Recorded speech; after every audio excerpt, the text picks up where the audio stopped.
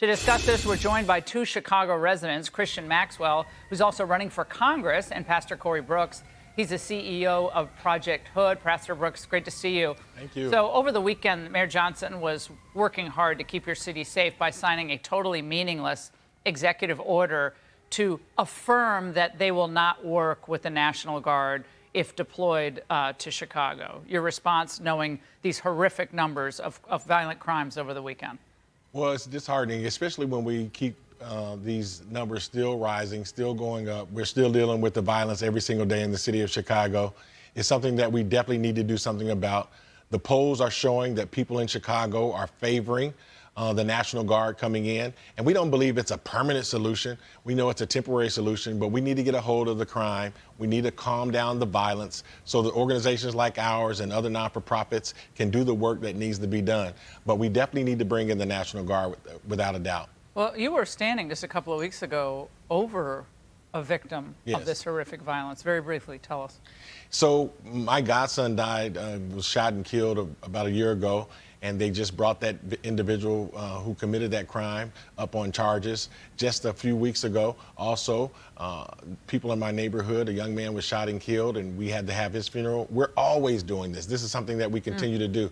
That's one of the reasons why I'm walking across America, to try to talk about the solutions, to bring hope to places where there are a lot of despair. As you said, there's violence that are going on in all of our major cities, and we have to do something about it. And so we have to take a stand, and unfortunately, we have to bring in the National Guard when necessary. Parents plus police power. Parents For sure. and police power. Christian, here's a message from your state attorney general. Watch.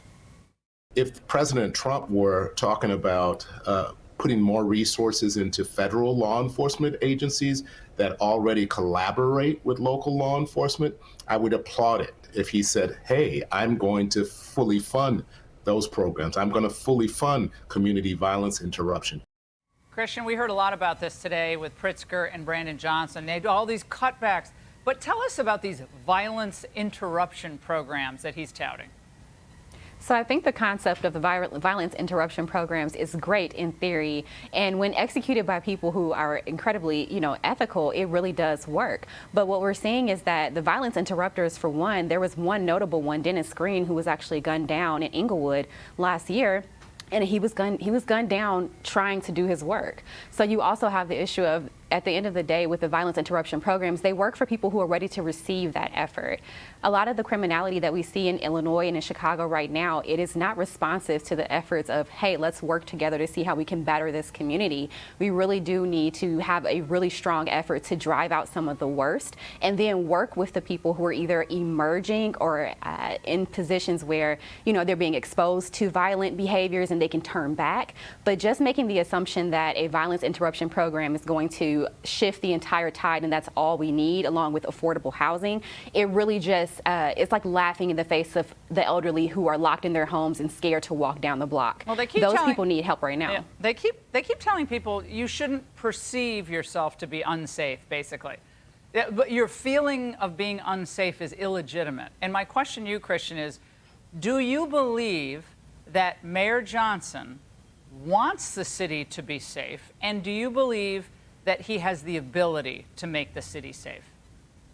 I think that he honestly wants to keep the violence interruption programs funded. I think that's his top concern, keeping not-for-profits funded as opposed to actually doing the work of stopping the crime. If he stops the crime, what is the need for all of those not-for-profits that are cashing checks and paying salaries in the city for these programs? Yeah, Pastor Brooks, as someone who works in the not-for-profit community, you've seen this money get blown year after year after year, hundreds of millions of dollars, flooding Chicago and other cities, St. Louis, Oakland, Baltimore. What do they have to show for it? Yeah, it's unfortunate that we have organizations that do not properly spend. Just like every profession, there are individuals who don't do the work, media personalities, politicians, but there are individuals in the non-for-profit sector like Project Hood, Activists, Metropolitan Family Services, who are doing the work on the streets. So what I'm saying is, yes, we do need the National Guard, but we also need some of these organizations that are doing the work.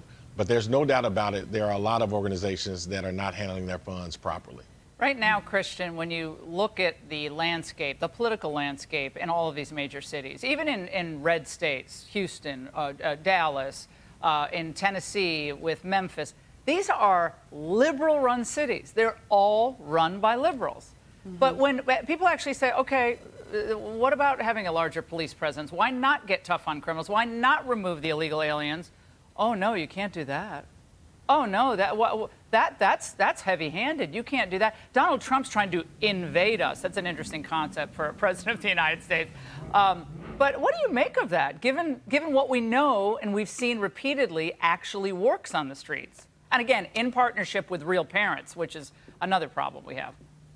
I think that a lot of liberals really struggle with understanding a multi-pronged approach to what Pastor Corey Brooks was saying. When you have really ethical leaders like himself that are actually doing the real work and have fruit to show for their efforts from their not-for-profits, by all means, go forth and support those programs. But for liberals, they only want to do a one-size-fits approach for everything. And you need to have a combination. You do need to have parents who are supported. You need to have strong law enforcement. And you need to have a law enforcement team that is literally aligned with the amount of population they have to police. Right now, Chicago is down, I think, about 3,000 officers. Why are we down 3,000 officers with crime at the same amount? There was the same amount of homicides this year as in 2018. Well, it's a crime is not down. No, it's shocking. It's shocking that people wouldn't sign up to be law enforcement under formerly Lori Lightfoot, then Brandon Johnson. They're Pritzker. not encouraged. They don't want to do it. Why should they put their lives on the line if they're going to get treated as they get treated, and they're handcuffed and the criminals go free? Christian, Pastor Brooks, both of you, thank you so much. Hey, Sean Hannity here. Hey, click here to subscribe to Fox News YouTube page and catch our hottest interviews and most compelling analysis. You will not get it anywhere else.